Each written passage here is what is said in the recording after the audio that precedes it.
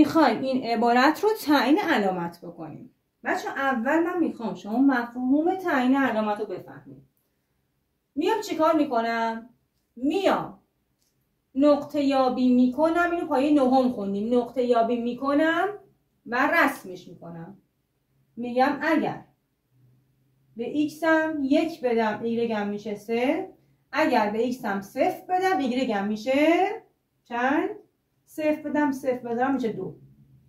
خب بچه اگر منفی 2 هم بدم y هم میشه 0. درسته؟ میشه منفی 2 به اضافه 2 y میشه 0. حالا میام چیکار میکنم؟ میام نمودارش رو میکشم. میگم اگر این 1 باشه، اینم 3 باشه، این میشه یه نقطه. و اگر x هم 0 باشه y هم 2، خب اینم میشه یه نقطه. ببین بچه خط من این شکلی میشه. خب کجای محور x ها رو قطع میکنه؟ اونجایی که y 0. درسته؟ این همون منفی 2، این همون نقطه منفی 2 که y هم 0. خب حالا تعیین علامت به من چی میگه؟ تعیین علامت به من میگه، خوب گوش کن، تعیین علامت به من میگه این عبارت به ازای x های بزرگتر از منفی 2 y ها مثبته. ببین y ها از اینجا میشه تا اینجا، y ها مثبته. ببین بچه‌ها اگر من x هم منفی 1 باشه، میبینی y مثبته چون اینجاست نقطه‌اش. اگر x من 2 باشه y هم عددی مثبت است. اگر 3 باشه y هم عددی مثبت است. پس به ازای x های بزرگتر از منفی 2، خب عبارت من یا y من بزرگتر از 0 همواره مثبته. اما اگر بیام x های کوچکتر از منفی 2 بدم، مثلا بدم منفی 3، بدم منفی 5، خب وقتی میکشمش سمت نمودارم میبینم نه y هاش منفیه، بکشم میبینم چیه؟ y هاش منفیه. پس به ازای x های کوچکتر از منفی 2 عبارت من یا y های من همیشه منفیه. خب خیلی راحت تو میتونی توی این دستگاه متوجه بشی که اگر من به x های کوچکتر، به این عبارت x های کوچکتر از منفی 2 بدم، خط من به این شکله و کوچکتر از 0. اما اگر بیام x به این عبارت x های بزرگتر از منفی 2 بدم، مثلا 1 و 2 و 3 بدم، y هاش همواره مثبته که وقتی هم میکشیم کامل مشخصه. پس تعیین علامت یعنی این، یعنی من اول ریشه اینو پیدا میکنم. اول چیکار میکنم؟ میام ریشه اینو پیدا میکنم، میگم این عبارت من تو کدوم نقطه کدوم x y رو صفر کرده. میام x به اضافه 2 رو مساوی با 0 قرار میدم، x میشه مساوی با منفی 2، این میشه ریشم که این بود. درسته؟ بعد میام میگم به ازای x هایی که بزرگتر از منفی 2 هست تمام y هاش مثبته و به ازای x های کوچکتر از منفی 2 تمام y ها منفیه. خب میبینیم که y هاش همه منفیه. پس این داره اینو به من میگه. خب ریشه یابی میکنم و تعیین علامت میکنم. حالا میریم برای تعیین علامت بچه‌ها. جدول تعیین علامت رو اول من میکشم. جدول تعیین علامت رو من این شکلی میکشم. میگم این x، این هم y که همون x به اضافه 2. اصلا لزومی هم نداره واسه قسمت اینو بنویسم چون یه عبارت داره، 2 عبارت نیست. خب اینو مینویسم. x به اضافه 2 کجا صفر میشد؟ x به اضافه 2 کجا صفر میشد؟ تو x منفی 2. اگر من به این x منفی 2 بدم این عبارت صفر میشد. پس صفرش رو می نویسم و میکشمش پایین. خب بچه ها حالا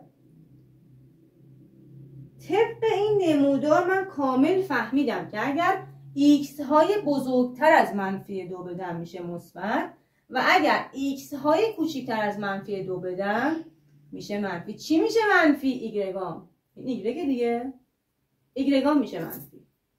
x های کوچکتر از منفی 2 ایگرگاش میشن منفی و x های بزرگتر از منفی 2 ایگرگاش هم میشن مثبت. به همین راحتی. پس توی معادله هایی یا عبارت هایی که درجه اولن، خوب گوش بده، درجه اولن بچه ها، وقتی درجه اول بود سمت راست میشه چی؟ میشه دقیقا هم علامت x، هم علامت ضریب x. خب حالا که ضریب x من مثبته پس سمت راست مثبت، سمت راست اون قسمتی که صفر شده ها. و اگر ضریب x من منفی بود سمت راست میشه منفی، پس سمت راست میشه هم علامت ضریب a تو درجه 1 به درجه اول. این بر میشه نه مخالف علامت ضریب a. به همین راحتی با تعیین علامت شد.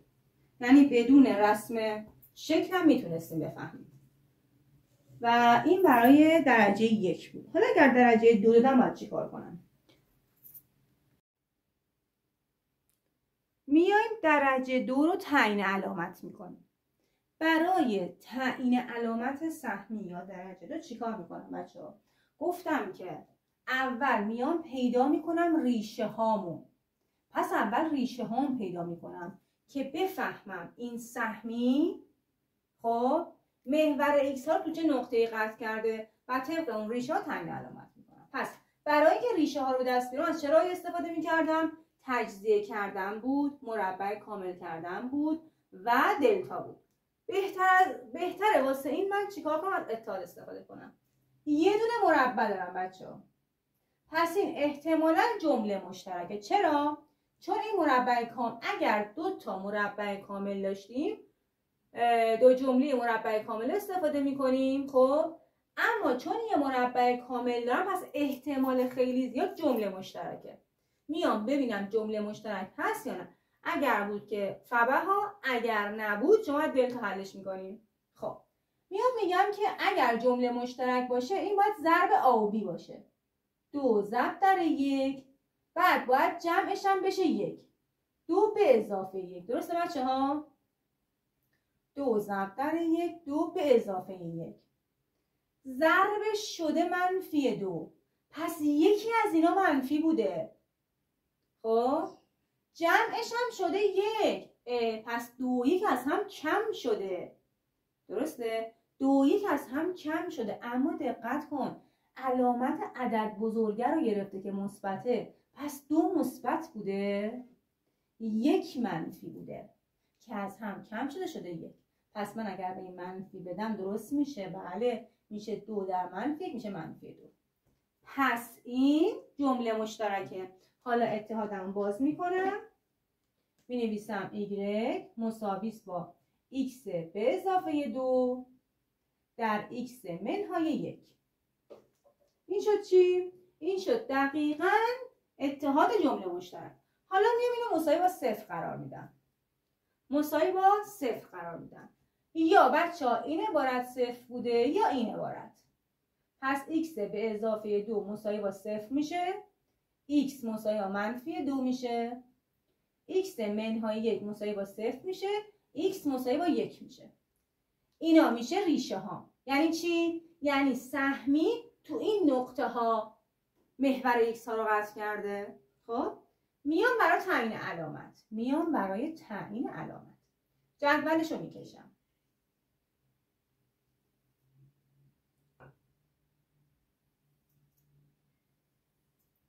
x ها x به اضافه 2 x منهای 1 و y یعنی ضرب این دوتا. درسته بچه ها؟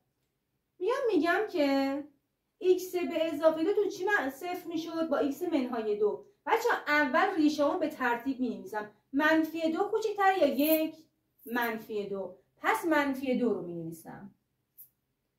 بعد از -2 هم 1 رو می‌نویسم. ریشه ها به ترتیب از کوچیک به بزرگ می‌نویسم. دقت کن. -2 از 1 کوچیک‌تر، اول -2 رو می‌نویسم بعد 1. میگم -2 کدوم عبارت رو صفر می‌کرد؟ این عبارت رو صفر می‌کرد. پس صفرش رو اینجا میذارم. خب و 1 کدوم عبارت رو صفر می‌کرد؟ این عبارت رو صفر می‌کرد. پس صفرش رو اینجا میذارم. حالا بچه‌ها خطا رو می‌کشم. خطا رو می‌کشم. حالا طبق چیزی که خوندیم ما الان تبدیلش کردیم به درجه 1. به درجه 1 من چی خوندم؟ گفتم قبل صفر، قبل از اون ریشه که اینو صفر میکنه مثبته، بعدش منفیه. ببینید x من ضریبش چیه؟ مثبته. پس قبل از اون ریشه که صفرش کرده این عبارتو هر چی دارم مثبته. خب هر چی دارم مثبته. و قبل از -2 که ریشمه هر چی دارم منفیه. حالا اینجا هم ضریب x هم مثبته و کردمش درجه 1. پس سمت راست ریشه که اینو صفر میکنه میشه مثبت و سمت چپ هر چی هست میشه منفی. حالا این دو عبارت در هم ضرب شده y. پس میام همه اینا رو تو هم ضرب میکنم. میگم منفی در منفی مثبت، مثبت در منفی منفی، مثبت در مثبت و این تعیین علامت شد. به همین راحتی به ازای x های کوچکتر از -2 میشه مثبت، به ازای x های بزرگتر از 1 هم میشه مثبت. اما اگر x های بین -2 و 1 بدم y های منفی میشن. درسته؟ پس تعیین علامت داره اینو به من میگه و میتونم حتی سهمیش هم رسم بکنم و از رو سهمی هم بگم. سهمی رو که یاد گرفتیم چطور رسم کنیم. میایم رسم سهمی رو به دست میاریم، 2 نقطه کناری و سهمی رو رسم کنیم. یه نکته داره این تعیین علامت بچه‌ها که خیلی مهمه. این که من همچین عبارتی میده، میگه تعیین علامتش کن. گفتم برای تعیین علامت اول چیکار میکنم؟ میام ریشه یابی میکنم. میگم این مساوی با 0 و ریشه هاشو پیدا میکنم. یعنی چی؟ یعنی x هایی که محور x ها رو قطع کنه تو اون طول. درست شد؟ پس میام چیکار میکنم؟ میام مساوی با 0 قرار میدم، معادله‌شو این میشه معادل درجه دوم دیگه، حلش میکنم. با چی؟ با اتحادها. چه اتحادی میشه؟ این چون x به توان 2، 4 2 به توان 2، پس این به احتمال زیاد میشه مربع دو جمله‌ای که اینم خودش دقیقاً میشه 2 برابر اولی در دومی. درسته بچه‌ها؟ پس این خودش چی شد؟ شد اتحاد مربع دو جمله‌ای. چی؟ آم چنده؟ x، بیم چنده؟ 2 به توان 2. درسته؟ به من میگیم تعیین علامت کن. بچه‌ها دقت کنید، به من میگیم تعیین علامت کن. ما سهمی رو خوندیم. سهمی چه جوری کشیده میشد؟ ببین اینجا رو ما همچین فرمولی داشتیم تو سهمی که y مساوی میشه با a در x منهای x صفر به توان 2 به اضافه y صفر. الان اینجا x صفر من چنده؟ اینجا x صفر من -2، y صفر منم صفر چون نیست. پس میام -2 و 0 رو پیدا میکنم. -2 و 0 رو پیدا میکنم. پس این شد رأس سهمی من. چون آ من مثبته، سهمیم روی بالاه. خب روی بالاه. حالا بچه‌ها یه چیزی میخوام بهتون بگم. الان این تو تعیین علامت هر چی من x از این ور بدم کلا ایگرگاش مثبته. اگر تو این معادله سهمی من x -3 بدم، -1 بدم، 0 بدم، 1 بدم، -4 بدم، هرچی ایگرگ به من میده مثبته. ببین ایگرگ ها همه مثبته. چرا؟ چون اگر من -1 بدم ایگرگش مثبته. اگر -4 بدم ایگرگش مثبته. کلا ایگرگ ها بالا و مثبته. پس این یعنی چی؟ یعنی من زیر محور نمیام، من منفی ندارم ایگرگ. تعیین علامتش این شکلی میشه x به اضافه 2 به توان 2 این x باشه. تو چه نقطه‌ای صفر میشه؟ تو نقطه منفی 2. کلاً مثبت میشه. کلاً بچه ها مثبت میشه. همین. پس اگر توی تجزیه به مربع جمله‌ای برخورد کردم، کلاً هم این سمت هم این سمت مثبت میشه. به همین راحتی. پس اینو فقط شما دقت کن. توی قدر مطلق هم همینه که شما هنوز قدر مطلق رو به اون صورت نخوندین.